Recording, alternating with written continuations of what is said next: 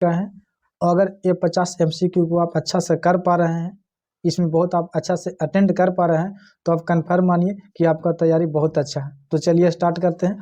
और अगर चैनल पर पहली बार आए हैं तो चैनल को लाइक कीजिए, शेयर कीजिए, साथ ही साथ सब्सक्राइब कीजिए, ताकि जब भी वीडियो अपलोड हो तो सबसे पहले आप तक पहुँचे, ठीक है। और जो ये 50 क्वेश्चन है बाबू, ये टोटल प्रीवियस ईयर के अकॉर्डिंग लेकर के हैं, ठीक है। टोटल क्वेश्चन बैंक से है, और ये आज न कल पिछले एग्जाम में पूछा गया है, ठीक है, और पूछा भी जाएगा। तो अगर इसको आप कर पा रहे हैं तो आप कंफर्म मानिए कि आपकी तैयारी बहुत अच्छी है। और अगर नहीं कर पा रहे हैं तो ये कंफर्म मानिए कि आपकी तैयारी करने में थोड़ा सा आपको ज़रूरत है, ठीक है। तो चलिए स्टार्ट करते हैं। पहला क्वेश्चन है, पेंसिल सेलेक्ट कर लेता हूँ। पहला है कि क्षेमेंद्र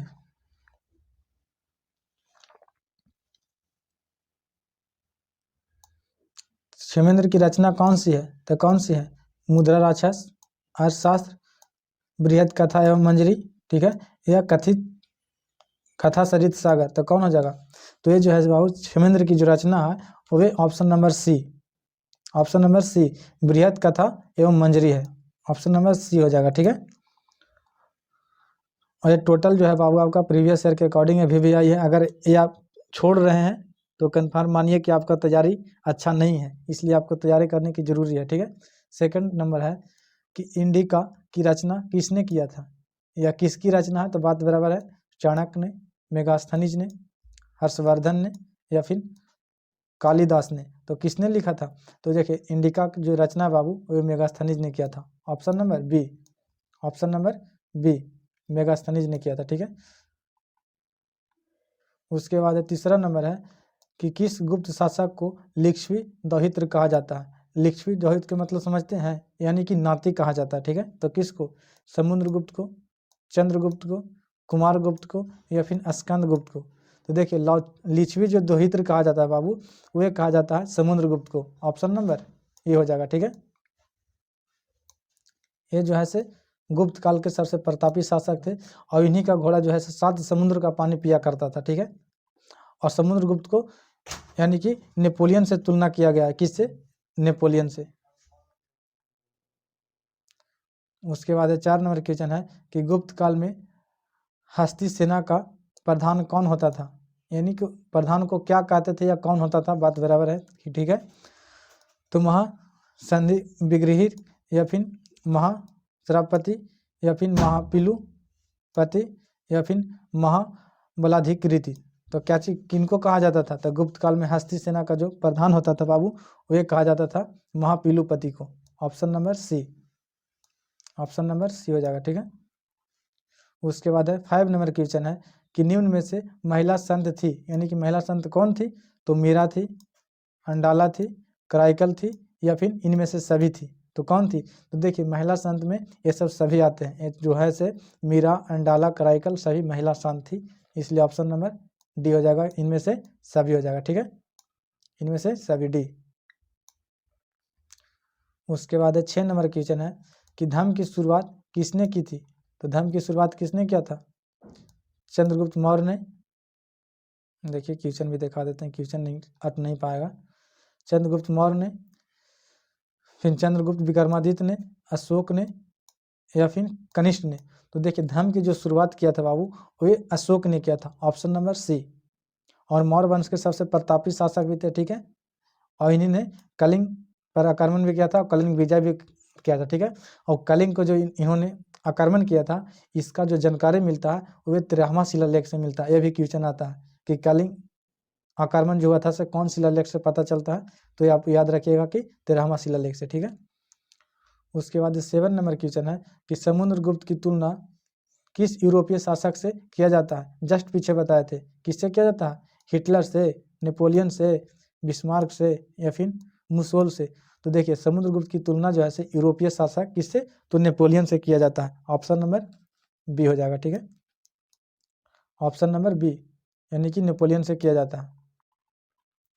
उसके बाद 8 नंबर क्वेश्चन है कि मौर्य वंश का संस्थापक कौन थे? तो मौर्य वंश के संस्थापक कौन थे? चंद्रगुप्त मौर्य, बिंदुसार, या फिर अशोक, या फिर कुना। तो कौन थे? तो देखिए चंद्रगुप्त के जो संस्थापक थे वे चंद्रगुप्त मौर्य थे। ऑप्शन नंबर ये हो जाएगा, ठीक है। Option number A. उसके बाद है 9 नंबर क्वेश्चन है कि चंद्रगुप्त की मृत्यु कहाँ हुई थी? तो चंद्रगुप्त की मृत्यु कहाँ हुआ था? पाटलिपुत्र में, तक्षशिला में, श्रवणबेलगोला में, या फिर उज्जैन लिखना चाहिए, उज्जैन लिखा है, ठीक है। तो कहाँ हुआ था? तो चंद्रगुप्त मौर्य की जो मृत्यु हुआ था बाबू वह दक्षिणी भारत में हुआ था और उसका जगह का नाम था Shravanabelagola. Option number C, Shravanabelagola. और एक और पूछता है कि इन्होंने जो शरीर त्यागा था वो किस माध्यम से त्यागा था? तो ये जो शरीर जो अपना त्याग किए थे वे संलेखना के माध्यम से त्याग किए थे। एक और क्वेश्चन पूछता है इससे कि चंद्रगुप्त मौर्य जो है किस धर्म को अपनाए थे? तो जैन धर्म को अपनाए थे, ठीक है। और इस योर ओके।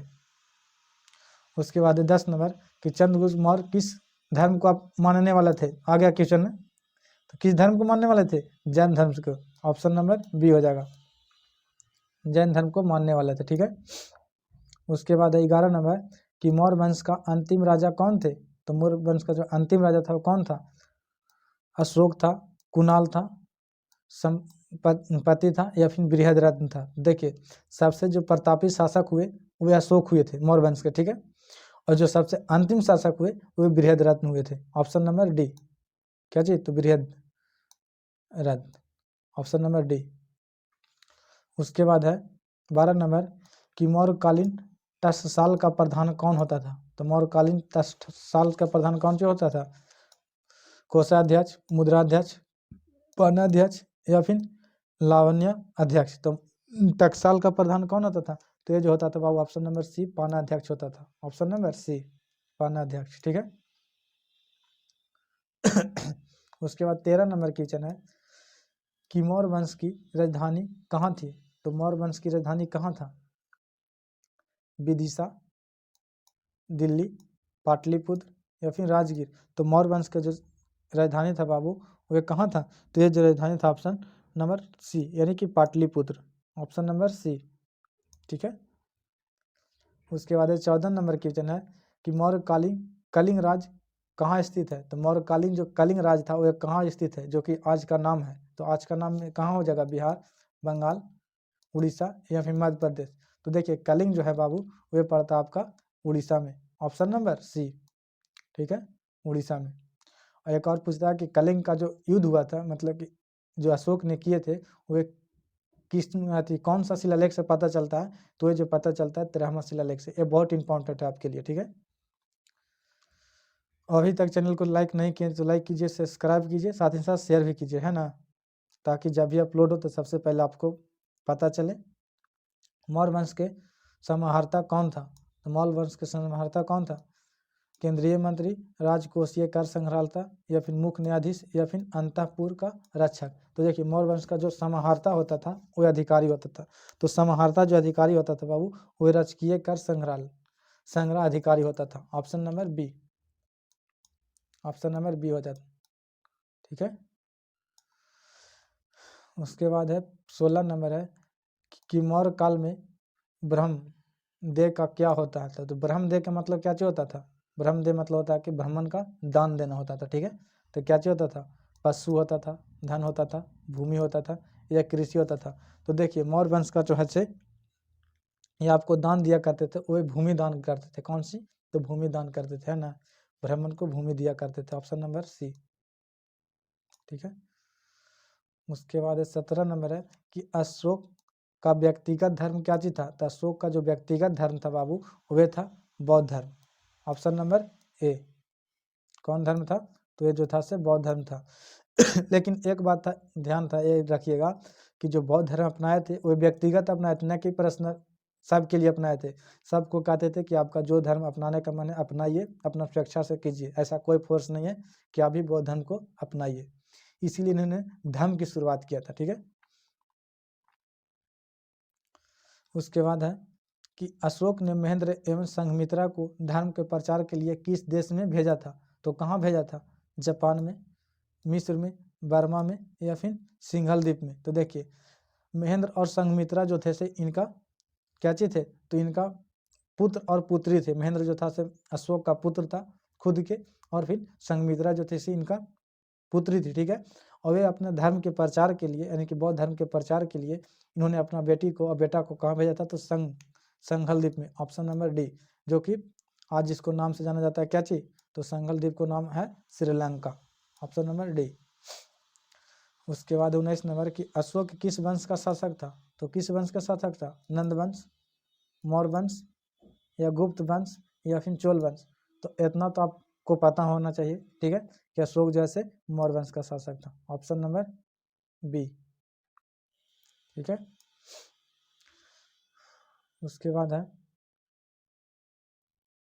अशोक का कौन बौद्ध भिक्षु के प्रभाव में आकर बौद्ध धर्म को, देखिए क्वेश्चन कट रहा है,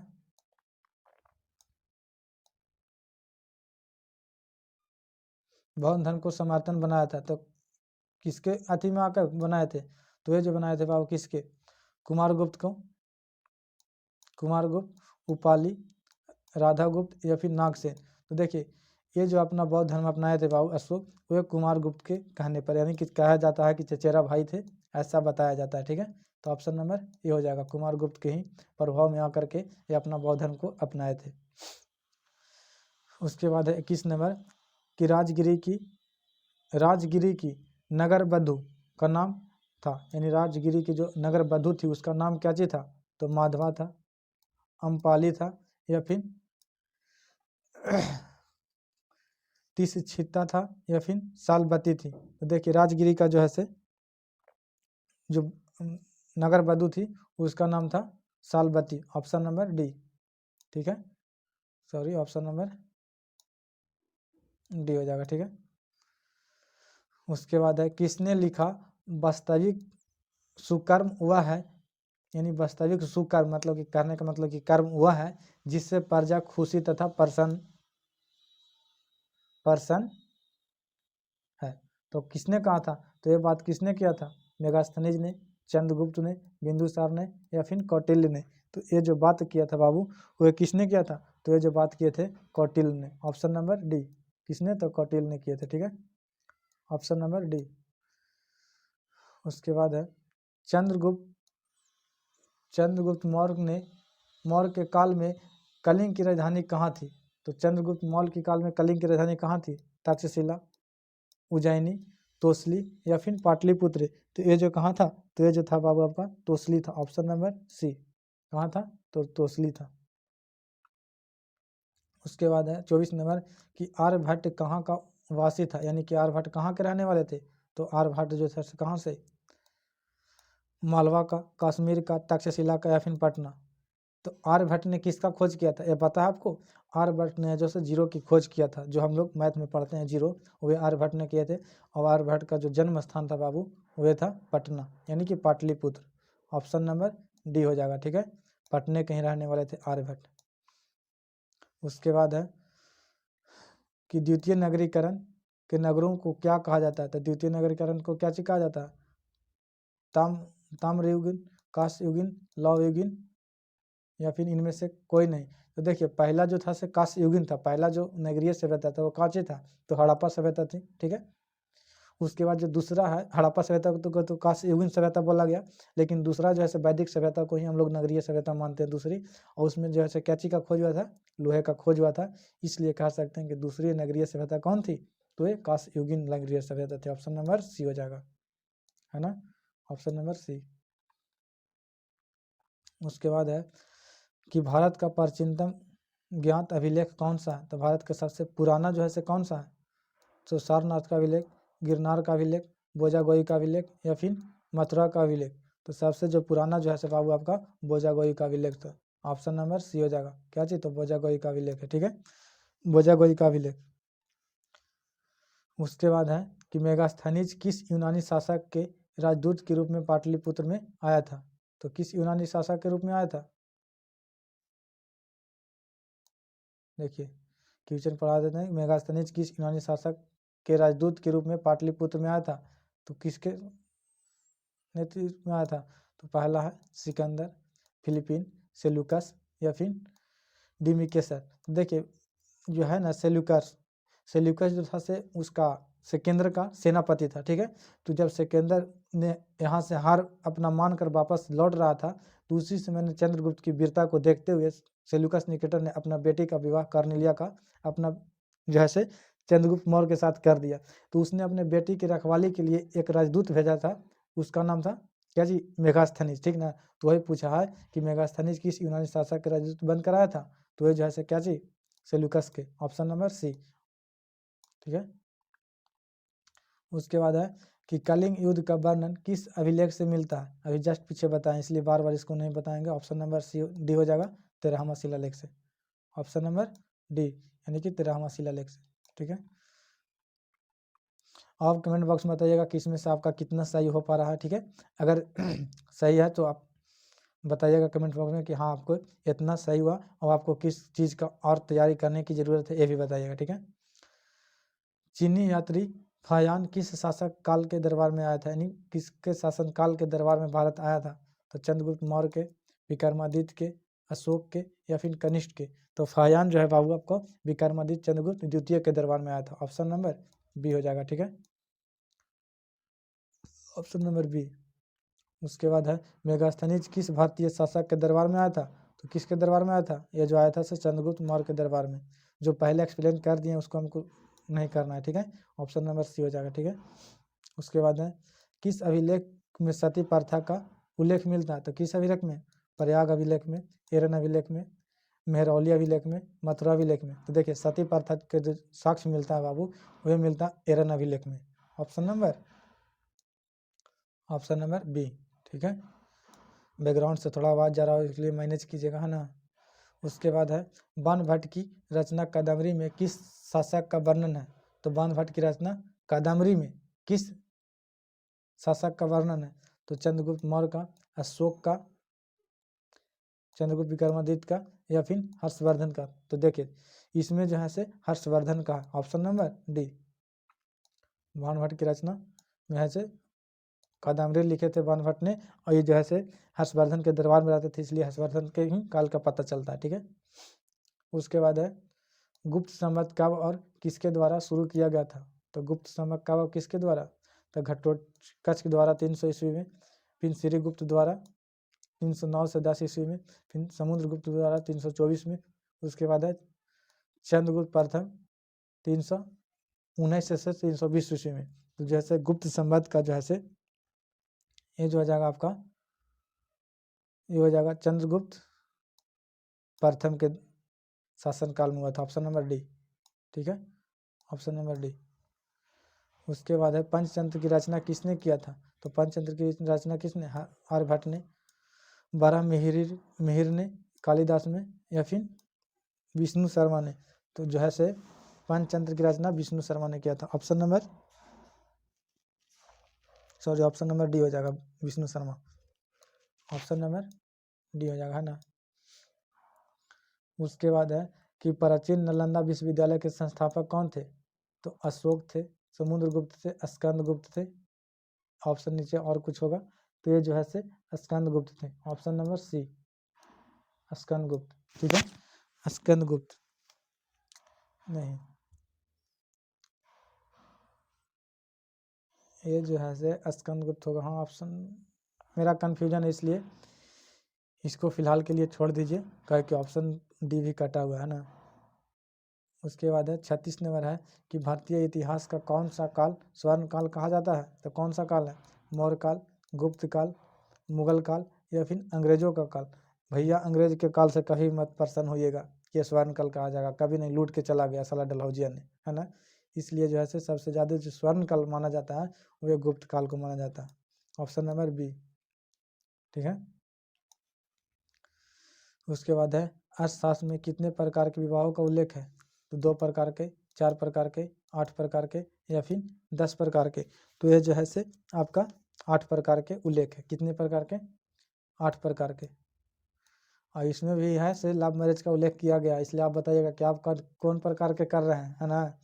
आप जैसे ही आपको परीक्षा का जो है से कुछ बात कर लेते हैं आपसे, जैसे ही आपका परीक्षा का जब परिणाम आएगा तो आपका द्वार पर अगुआ आना स्टार्ट हो जाएगा, है ना। तो इस सब से बच के रहिएगा, तैयारी कीजिएगा बढ़िया से, अच्छा जॉब लेकर शादी करना, ठीक ना। बाकी तो हमको कहने से आप मानिएगा नहीं, है ना। उसके बाद है 38 नंबर कि अर्थशास्त्र की रचना कब हुई थी, तो 6वीं शताब्दी ईसा पूर्व में, 5वीं शताब्दी ईसा पूर्व में, 4थी शताब्दी ईसा पूर्व में, या फिर 3री शताब्दी ईसा पूर्व में। तो देखिए अर्थशास्त्र की जो रचना हुई थी आपका 6ठी शताब्दी ईसा पूर्व में। ऑप्शन नंबर जो हो जाएगा से क्या चीज, तो ऑप्शन नंबर ये हो जाएगा, है ना। उसके बाद है नालंदा विश्वविद्यालय के छात्र थे तो कौन, फाहियान, हेनसान, हर्ष या फिर कुमारगुप्त। तो देखिए नालंदा विश्वविद्यालय के जो छात्र रहे बाबू वही हेनसान रहे, ऑप्शन नंबर बी। और हेनसान ऐसे जो कि खाली छात्र वहाँ का नहीं रहा है, ये वहाँ पे पढ़ाने भी लगे थे, है ना। और हेनसान कहाँ के रहने वाले थे, तो ये जो है से चीन के रहने वाले थे, ठीक है। उसके बाद है 40 नंबर क्वेश्चन है। देखिए 50 क्वेश्चन के बहुत हम लोग करीब पहुँच गए हैं, है ना। किस गुप्त शासक को उसके सिक्कों का पर बीना बजाते हुए दिखाई पड़ता है, तो किस गुप्त शासक को, तो ये जो है से समुद्रगुप्त प्रथम, चंद्रगुप्त द्वितीय, समुद्रगुप्त या फिर स्कंदगुप्त। तो ये जो है से किसके हैं, तो ये जो है से बाबू आपका समुद्रगुप्त, ऑप्शन नंबर सी हो जाएगा।